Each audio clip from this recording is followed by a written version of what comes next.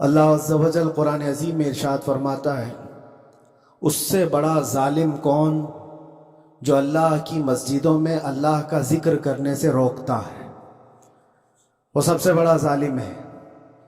وَمَنْ أَظْلَمُ مِمَّنْ مَنَعَ مَسَاجِدَ اللَّهِ، اللہ کی مسجدیں، اللہ کا گھر اس کے ذکر پاک کے لیے ہوتی ہیں، اس کی عبادت کے لیے ہوتی ہیں، اور جو اللہ تبارک و تعالیٰ کے ذکر سے اور اس کی عبادت سے روکے، اللہ قرآن میں فرماتا ہے وہ سب سے بڑا ظالم ہے۔ میرے عزیزو، تاریخ اگر دیکھتے ہیں ہم تو ہر زمانے میں معرکہ حق و باطل ہوتا رہا ہے۔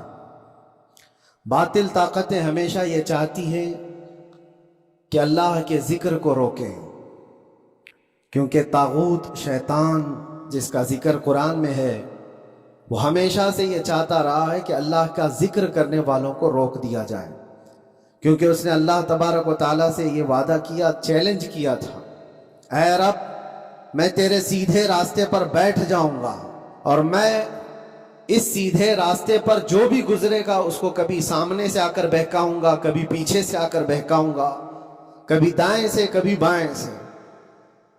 اور اللہ تبارک و تعالیٰ سے شیطان مردود یہ کہتا ہے، تو تیرے بندوں میں شکر گزار بندے نہیں پائے گا۔ مطلب یہ ہے کہ ابلیس لعین مسلسل یہ کوشش میں ہے کہ اللہ تبارک و تعالیٰ کے بندوں کو اس کے ذکر سے دور کرے، اس کے شکر سے دور کرے۔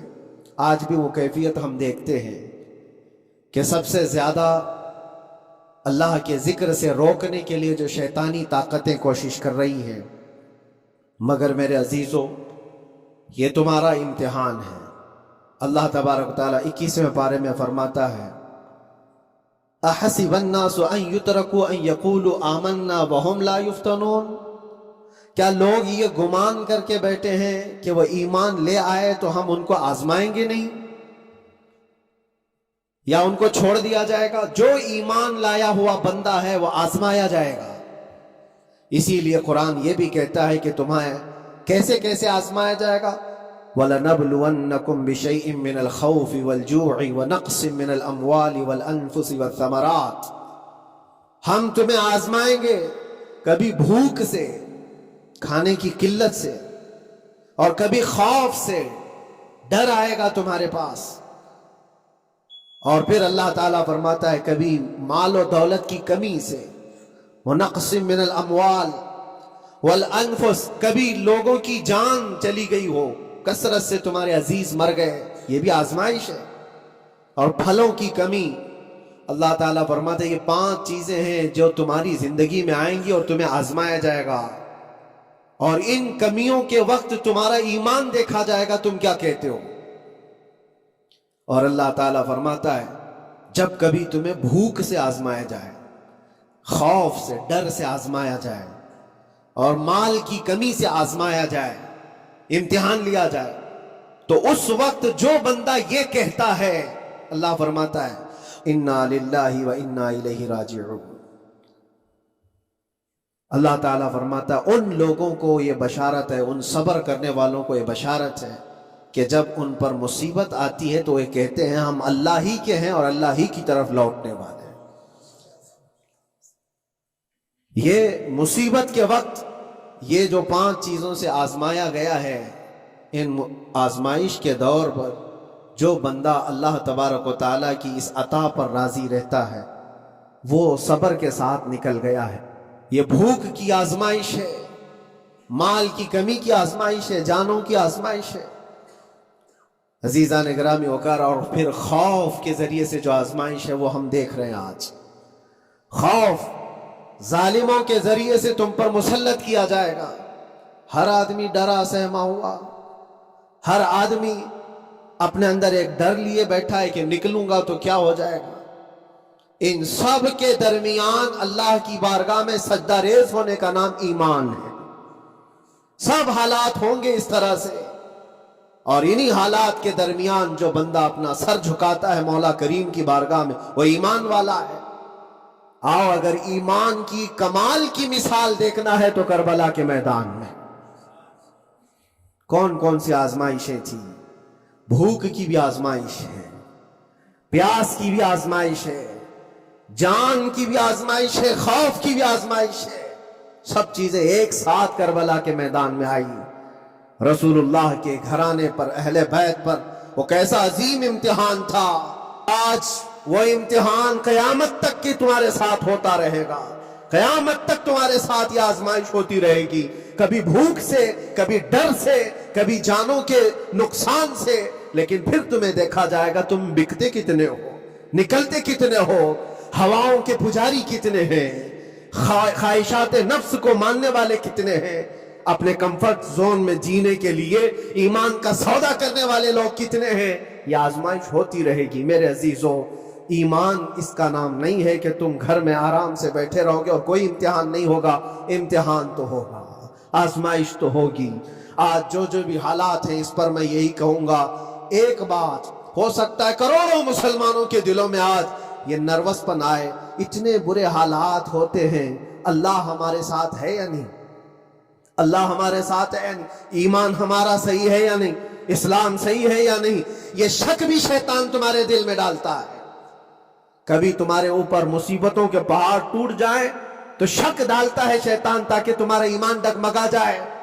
मेरे अजीजों, मुसलमान होने का मतलब ये नहीं है कि तुम सिर्फ महल्लात में जियोगे और तख्त और ताज के मालिक ही रहोगे, ऐसा नहीं है। ईमान वालों को उहद में 70 जानें भी देनी पड़ी है।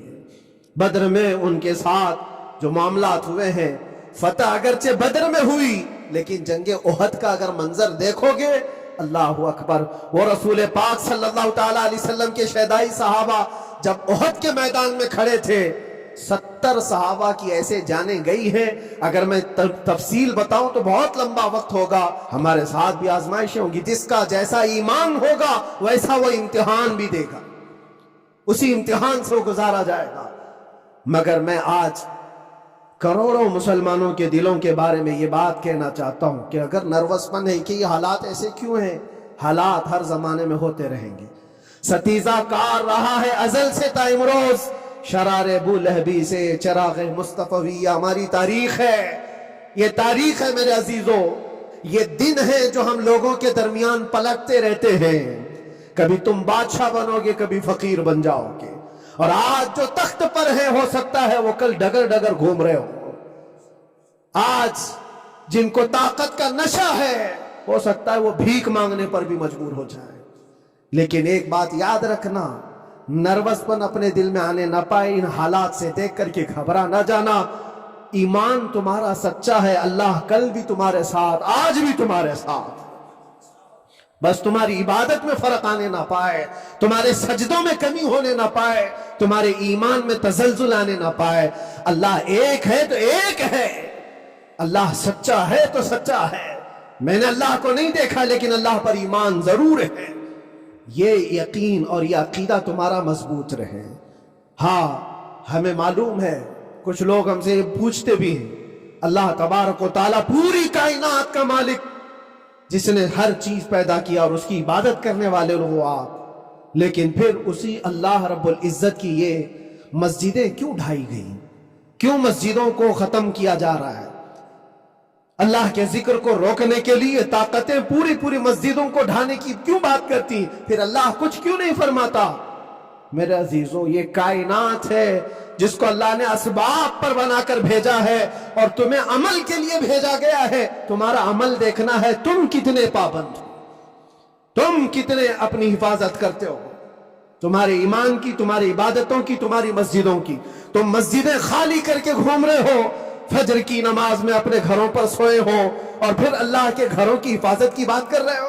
तुम जब इन सफों को खाली कर दोगे, ये मस्जिदें चीख चीख कर पुकारती हैं अल्लाह की बारगाह में। आप इन मस्जिदों की हिफाजत की जो बात कर रहे हैं, इन मस्जिदों की हिफाजत सिर्फ कमेटियां बनाने से नहीं होती, नमाजों से होती है, इसके अंदर तिलावत कुरान से होती है।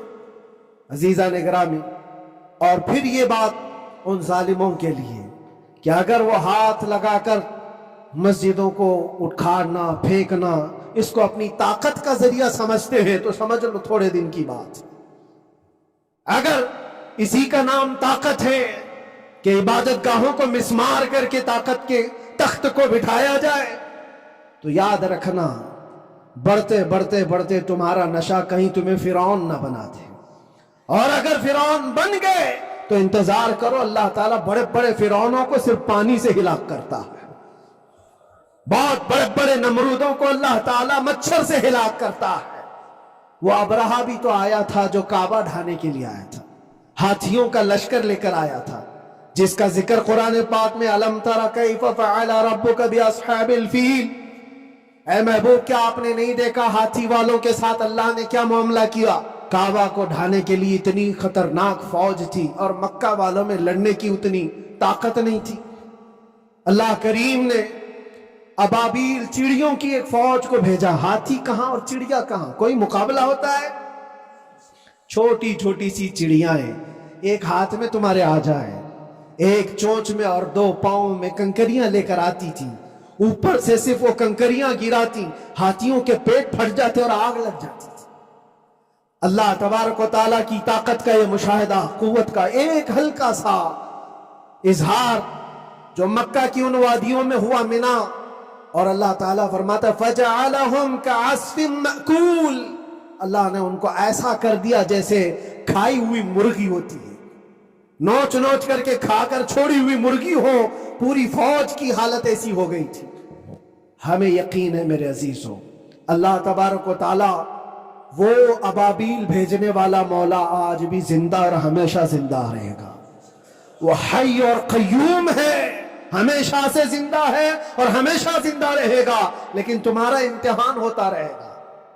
अल्लाह के नबी सल्लल्लाहु तआला अलैहि वसल्लम के लिए मदद आई है तो इसका मतलब ये नहीं है कि वो सिर्फ बैठ करके मदीने में दुआएं करते थे, नहीं, अमल के मैदान में उतरे भी हैं। सहाबा ने भूख और प्यास बर्दाश्त की है, कितने कितने दिनों तक वो एक खजूर पर पूरा दिन गुजारते थे, पैबंद लगे कपड़े, खुद नबी पाक सल्लल्लाहु अलैहि वसल्लम अपने हाथों से खंदक खोदते रहे, और पेट पर पत्थर बांधना, ये सब मशक्कतें स्ट्रगल किया है। फिर अल्लाह से ये दुआ किया, मौला तो अपनी मदद भेज दे, तो अपने रहम करम की बारिशें बरसा, और हम यहां मस्त खा पी करके फिर दुआ करते हैं मदद आ जाए। तुमने मेहनत कौन सी की, कौन सी मशक्कत की? मेरे अजीजों, अगर मेहनत और मशक्कत मैदान में उतर कर करने का मौका नहीं है तो इबादतें तो करो अपनी पूरी, अपनी नमाजें तो कंप्लीट कर लो और अल्लाह को राजी करो। अपने गुनाहों से अगर वो गजबनाक है तो तौबा करो। आज जिन लोगों को ऐसा लगता है कि ये खेल तमाशा है, एक बात याद रखना, किसी मस्जिद के खत्म हो जाने से या मोमिन के किसी के हार जाने से ईमान कभी हारता नहीं है, ईमान हमेशा जीतता है। थोड़ी देर की तकलीफ तो मोमिन को हो सकती है, लेकिन उसके साथ ईमान है तो हमेशा सर बुलंद है। इससे बड़ी कोई कामयाबी क्या है? हमने देखा है करबला की तारीख में जीता कौन है? दुनिया की नजर में, उस वक्त की मीडिया की नजर में, उस वक्त के जो कुत्ते होंगे उनकी नजर में यजीद जीता होगा, लेकिन कयामत तक हर मोमिन कहता है बादशाह अस्त हुसैन, बादशाह अस्त हुसैन। ईमान की जीत हमेशा है, अगरचे वो टुकड़ों में बदल जाए, अगरचे वो 1000 टुकड़ों में हो जाए। आज भी फरेरा लहरा रहा है तो हुसैन आजम का लहरा रहा है। इसीलिए याद रखो, सिर्फ तख्त पे चढ़कर बैठने का नाम जीत नहीं है। और आज 800 साल गुजर गए, हिंदल वली सुल्तानुल औलिया गरीब नवाज की हुकूमत हम सब पर कायम है। किस बात की हुकूमत है ये दिलों की हुकूमत है। और वहां जो हाथ लगाने की कोशिश कर रहा है वो अपने हाथों को बचा ले, आग तुम्हारा इंतजार कर रही है। इसलिए कि अल्लाह फरमाता मन आदाली वलियन फकद आज़नतुहु बिल हर्ब। रब ताला फरमाता है जो अल्लाह के वली से दुश्मनी करता है उसे मैं अपने साथ जंग का ऐलान करता हूं। है किसी की हिम्मत और ताकत अल्लाह से जंग करने की? तो जो ये चाहते हैं कीड़े मकोड़ों की मौत मरोगे, इससे भी खतरनाक जलील होकर मर जाओगे। अजमेर मुअल्ला ये सिर्फ और सिर्फ एक धरती का नाम नहीं है, अल्लाह के वली की आबाद की हुई मुकद्दस जमीन है। और हम सुन्नियों का की आस्था ऐसे है امام اہل سنت فاضل بریلوی اعلیٰ حضرت فرماتے ہیں دنیا بھر میں جہاں دعائیں قبول ہوتی ہیں ان جگہوں میں سے ایک جگہ کا نام اجمیر معلیٰ ہے، جہاں اللہ تعالیٰ دعائیں قبول فرماتا ہے۔